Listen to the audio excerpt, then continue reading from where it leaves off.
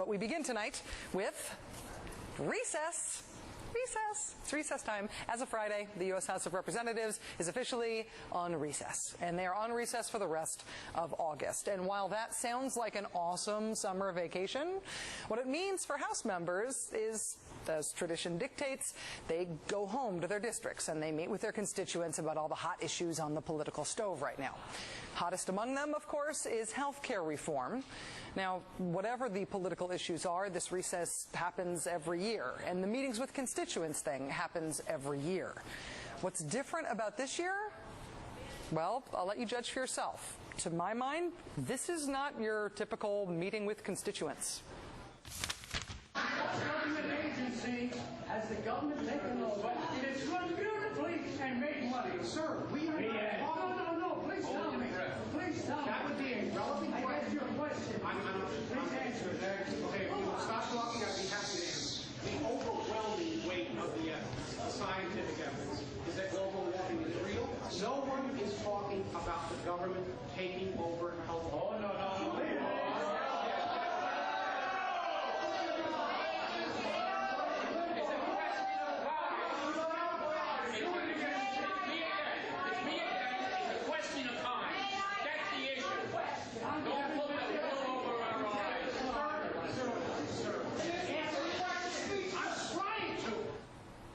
Democratic Congressman Tim Bishop of New York being shouted down and overwhelmed by a belligerent, organized crowd of hecklers that had no interest in letting him get a word out as he attempted to answer their questions.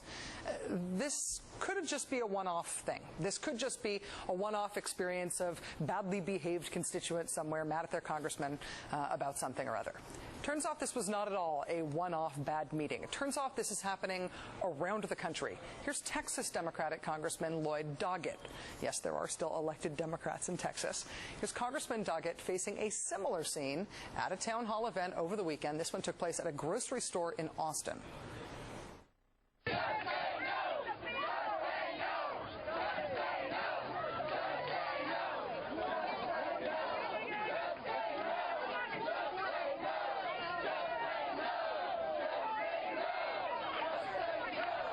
What you may or may not be able to make out there is the crowd yelling, "Just say no, just say no." They're holding signs depicting Congressman Doggett as the devil. And there's one sign that reads, "No government counselor in my home."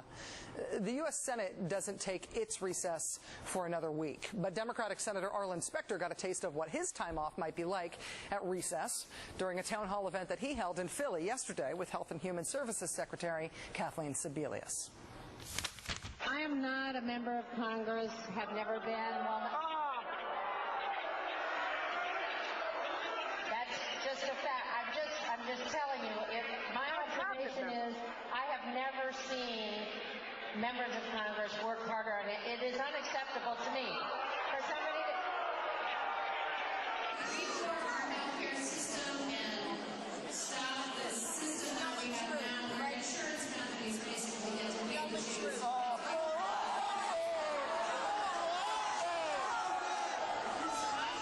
We actually had to narrow down the pile of footage that we had like this from just the last few days in order to figure out what to show in the time that we had available on the show. We could have spent the entire hour just showing tape like this.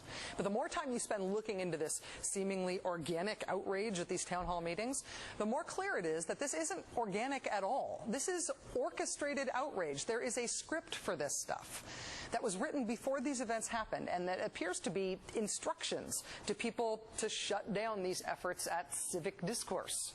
The website Think Progress obtained a leaked memo from a group that calls itself Right Principles. The 3-page memo details how protesters should behave at town hall events.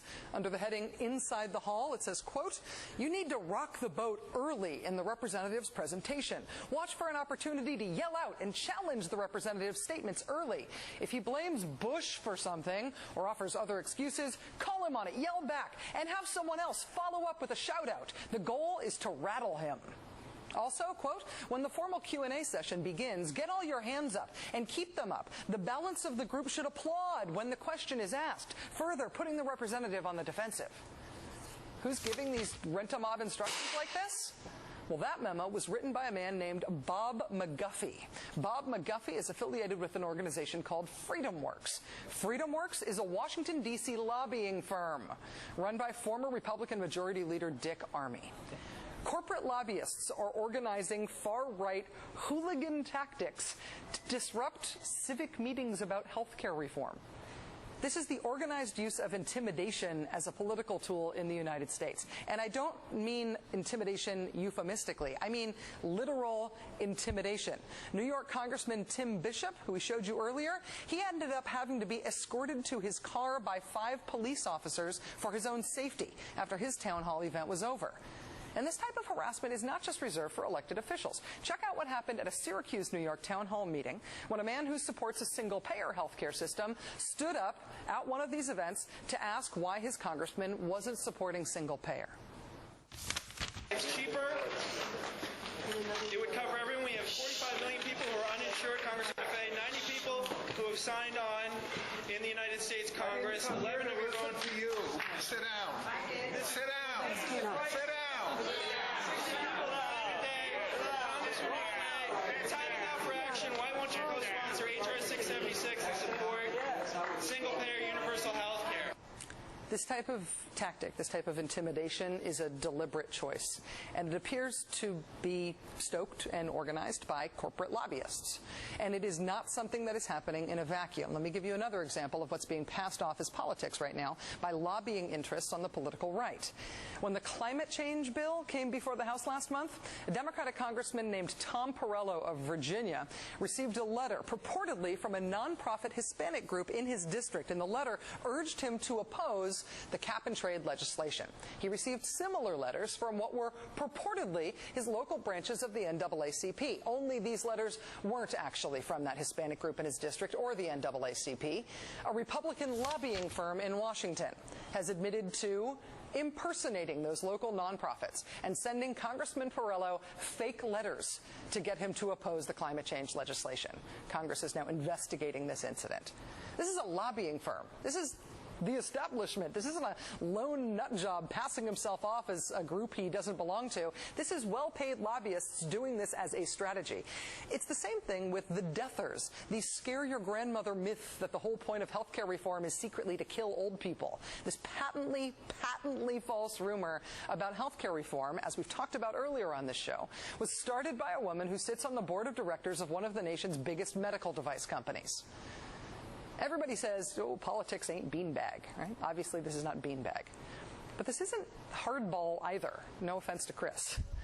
This just isn't even politics. This is orchestrated mob mentality intimidation. This is called hooliganism.